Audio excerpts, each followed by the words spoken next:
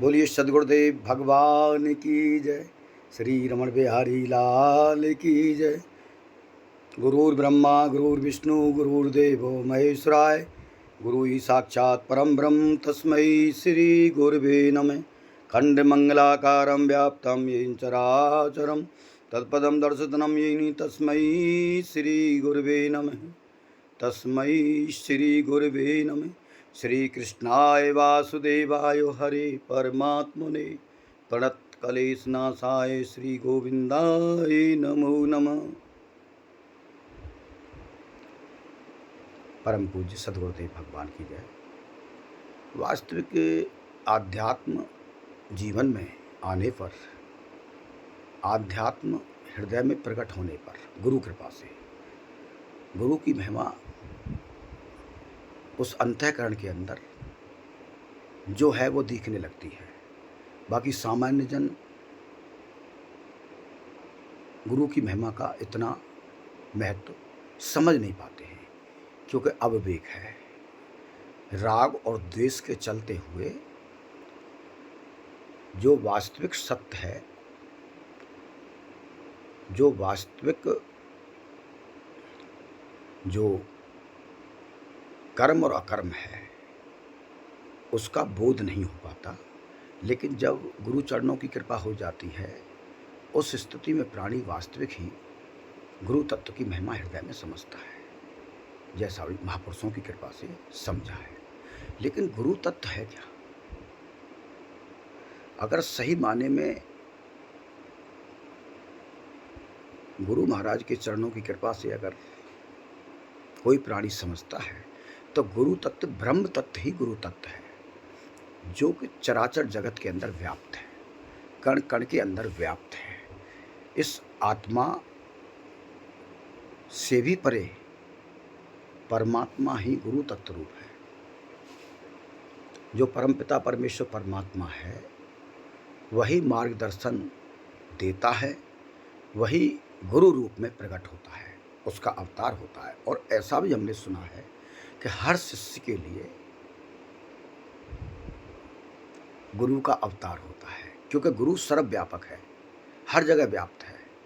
प्रत्येक शिष्य की देखरेख गुरु करता है, अंतर्यामी रूप होते हुए। क्यों? क्योंकि जो ब्रह्म तत्व है वही गुरु तत्व है, और चराचर जगत में व्याप्त है, जिसका कोई आदि है न अंत है। जो अनंत है वही गुरु तत्व है। लेकिन फिर भी गुरु की महिमा कहाँ तक बखान करें, इसके अंदर जीवात्मा को पार लगाने की शक्ति होने के साथ साथ महानता भी।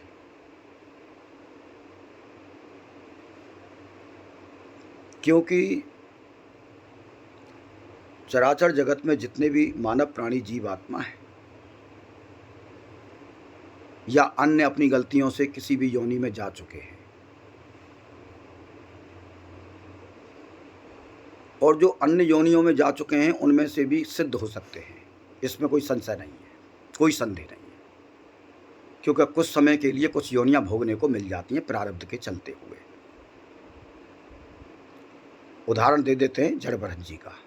हिरण के अंदर उनकी आसक्ति चली गई तो उनको कुछ जन्म, कुछ योनियां भोगनी पड़ी। कोई बड़ी बात नहीं, ये प्रायश्चित है। प्रायश्चित करके प्राणी जो वास्तविक ही गुरु चरणों के कृपा पात्र हैं, वह लौट करके वापस अपने कल्याण की तरफ आ ही जाते हैं। गुरु तत्व जिसके हृदय के अंदर समाहित हो जाता है, जो अंग संग गुरुदेव को देखते हैं, गुरु तत्व को देखते हैं, प्रायः देह अभ्यास की निवृत्ति होती है, और गुरु शरीर रूप में नहीं दिखते, गुरु परम ब्रह्म रूप में ही दिखते हैं। ये तो लीलाएं हैं। गुरुदेव जो भी कुछ क्रियात्मक कर्म करते हैं, जो भी कोई आचरण करते हैं, मंगल आचरण करते हैं, ये प्राणी को केवल और केवल कर्म की तरफ प्रेरित करते हैं, कर्म करने की प्रेरणा देते हैं। नहीं, गुरु तत्व सब कुछ किए हुए हैं, सब कुछ कर चुके हैं वह तो केवल हम जैसे मानव प्राणियों को, साधारण प्राणियों को सही मार्ग पर लाने के लिए अनेक प्रकार के धार्मिक अनुष्ठान, अनेक प्रकार के आध्यात्म अनुष्ठान करते हुए हमको प्रेरणा देते हैं, शिक्षा देते हैं, ताकि हम भी उनके पद चिन्हों पर चल करके अपने आप का कल्याण करें। कि गुरु वास्तविक ही अगर देखा जाए तो केवट भी है, गुरु चालक है। जब जो साधक कुछ भी नहीं करता हो, केवल गुरु शरणागति पुष्ट हो, उसकी हो जाए, गुरु चरणों में आस्था हो जाए, निष्ठा हो जाए, उनके चरणों का प्रेम हृदय में अगर हो जाए, कुछ भी करने की आवश्यकता नहीं, वह नाम में बैठा हुआ ही अपने गंतव्य पर गुरु कृपा से पहुंच ही जाता है। क्योंकि गुरु की सेवा से बढ़कर के कोई दूसरी सेवा नहीं है। और शरणागति का मतलब ही यह है, शरणागति पुष्ट का मतलब तो यह है कि गुरु को कहना भी नहीं पड़े, उससे पहले इशारे से ही सभी कार्य हो जाए, वो शरणागति पुष्ट है, वो वास्तविक ही गुरु कृपा पात्र माने जाएंगे। लेकिन गुरु इशारा कह रहा है, इशारा कर रहा है, गुरु कुछ कह रहा है, तब कोई बात समझ में आ रही है, तो इसमें केवल साधना है गुरु शरणागति पुष्ट होने की। लेकिन साधना परिपक्व मानी तब जाती है जब गुरु के इशारों से पहले ही हम गुरु की भावनाओं को हृदय से समझ जाते हैं। ये बहुत बड़ी कृपा है। गुरु तत्व को लेकर के चलते हैं, चराचर जगत के अंदर तो व्याप्त है, लेकिन शरणागत शिष्य का किस तरह से प्रारब्ध को ख़त्म कर देते हैं, अशुभों को ख़त्म कर देते हैं, किस तरह से ज्ञान देकर के नेत्रों के द्वारा दृष्टि से अंतर्निष्ठ भाव से आशीर्वाद देकर के एक एक विकार को, फंसे हुए विकार को भी खींच लेते हैं और नया बनने से रोकते हैं।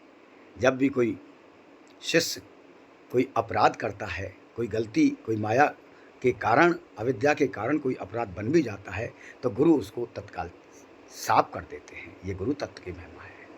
अब बात यहाँ आती है कि गुरु ही ब्रह्मा, गुरु ही विष्णु, गुरु ही देवो महेश्वराय। गुरु ब्रह्मा है। ब्रह्मा जी की सृष्टि चराचर जगत के अंदर व्याप्त है। ब्रह्मा जी ने जो सृष्टि बनाई है वह सृष्टि का नाश होना है, इसमें कोई संशय नहीं है। लेकिन गुरु जी जो सृष्टि रचते हैं उस सृष्टि का कभी भी नाश नहीं होता, प्रलय काल में भी उसका नाश नहीं होता। वह वास्तविक ही उनका कमल खिल जाता है, वह पहले जीवित रहते हुए ही मुक्त हो जाते हैं। तो इसीलिए उनकी कभी मृत्यु नहीं हो सकती, क्योंकि वो देह अभ्यास की निवृत्ति गुरुदेव पहले ही करा देते हैं। ऐसी सृष्टि गुरुदेव रचते हैं जो अविनाशी से मिला देते हैं, और जो अविनाशी से मिल जाता है, जो चराचर जगत के स्वामी से मिल जाता है, तो उसकी फिर मृत्यु नहीं है। मृत्यु केवल शरीर की होती है। वह वास्तविक ही जीव परम धन्य हो जाता है जिसको गुरुदेव अपने चरणों का आश्रय देते हुए उसके जीवन को महान बना देते हैं, नर से नारायण रूप ही बना देते हैं। ब्रह्मा जी की रची हुई सृष्टि का पतन होता है और नाश भी होता है, और गुरु जो सृष्टि रचते हैं वह सृष्टि आध्यात्म प्रदीप्त हो, आध्यात्म ज्ञान से परिपूर्ण हो, प्रभु चरणों के अनुराग से परिपूर्ण हो, अविनाशी से ही मिल जाते हैं। और जो अविनाशी से मिल जाता है उसका आने जाने का चक्कर खत्म हो जाता है। गुरु ही विष्णु, गुरु ही विष्णु माने कि विष्णु भगवान प्रत्येक प्राणी का जैसा कर्म करता है वैसा लिखते हैं।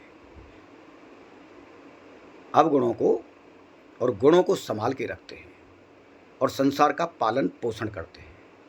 भगवान विष्णु का ये कार्य है। लेकिन गुरु ही विष्णु गुरु विष्णु कैसे हुए कि गुरुदेव उस प्राणी के गुणों को पुष्ट करते हैं,